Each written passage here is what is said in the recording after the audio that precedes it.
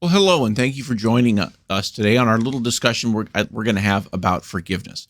Now, the first thing to know about forgiveness is that it's a consequence of our disordered attachments. When we fail to live up to the principle that we were created to, that first principle and foundation that says we're created to know, love, and serve God our Lord, and by doing that, to save our own souls. Anytime we turn away or we deviate from that fundamental orientation, that is what we call disorder.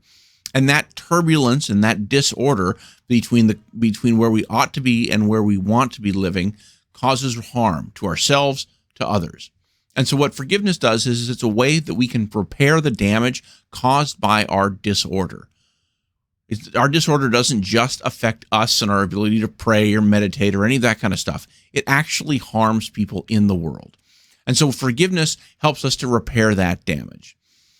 And so, but it's important to realize that repair does not mean erase, that damage will be with you forever, and you may or may not ever be able to completely fix it. Think of it like having a scar, right? So if you've harmed yourself, you've had a bad accident, you may have had surgery, the scar will heal, you won't have a gaping wound anymore, but there will always be evidence of what you did, and you'll carry that evidence with you for the rest of your life. The same thing can be true even when we repair broken relationships, that there can still be some harm and marks of that harm, even if we've essentially repaired the relationship. It may still have some permanent damage. So we know that we make mistakes. We know that we are sinful. And because we are sinful, we need forgiveness.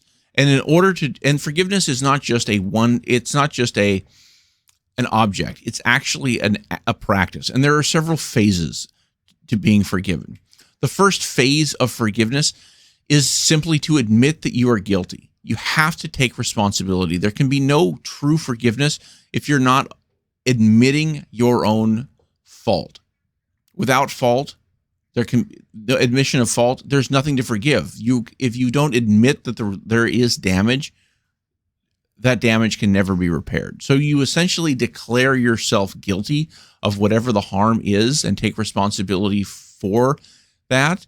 And then you leave it to the other person to decide whether or not they will make that fault the end of the relationship, or if they were willing to accept you as a flawed, sinful person, just like they are as well.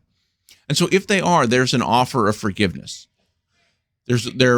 The person that you've harmed is willing to repair the relationship, is willing to accept you back, is willing to say that this thing that you did is not the sum of who you are.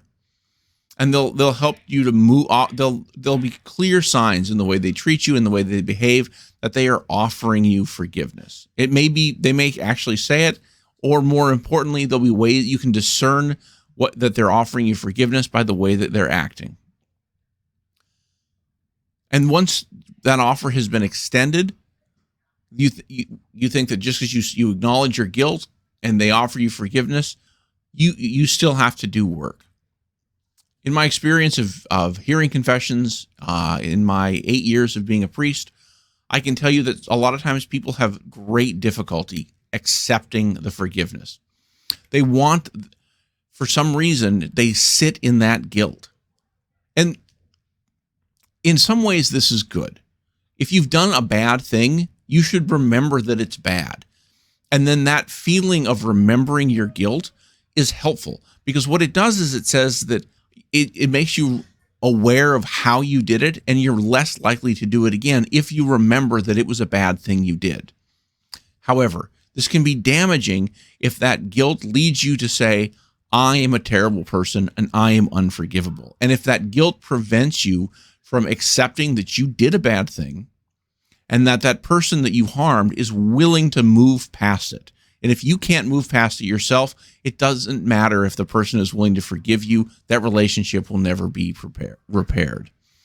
Which is why there's finally, if all of these processes are met, if you accept forgiveness, if you accept responsibility, if the forgiveness is offered, if you are able to accept that forgiveness, you can have real reconciliation.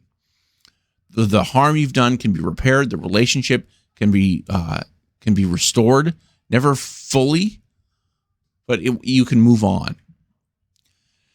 And so sadly, though, because of we exist in time and people, just because we want to move on doesn't mean that the person that we've harmed is ready to. Oftentimes, forgiveness can be incomplete. Maybe we're so embarrassed by what we've done that we never can bring ourselves to admit our own guilt to the person. And so forgiveness can be impossible. Or I hear stories all the time of people who the loved one died and they were never able, before they were ever able to go through the whole process of forgiveness. And so we can live our lives in a state of incomplete limbo. However, fortunately, the church provides us with a loophole or a workaround, and that is the idea of sacramental forgiveness. So that in the sacrament of confession, we go in and we can go through this whole process, and the church stands in place of that person, and it stands in the place of God and allows us to hear that to be guilty, to ask for forgiveness, and to hear through the sacramental words of the priest, the prayer of absolution, that we have been reconciled and we have been forgiven. And so I hope our little conversation today on forgiveness has been helpful to set you up for the reading. Just remember that we are all in this together, that we are imperfect people, and that because we are imperfect people, we have to ask for forgiveness. But that forgiveness does not mean that we are bad. It means that we are loved and we are children of God, and that is an important and humbling thing to be. Thank you very much for your time.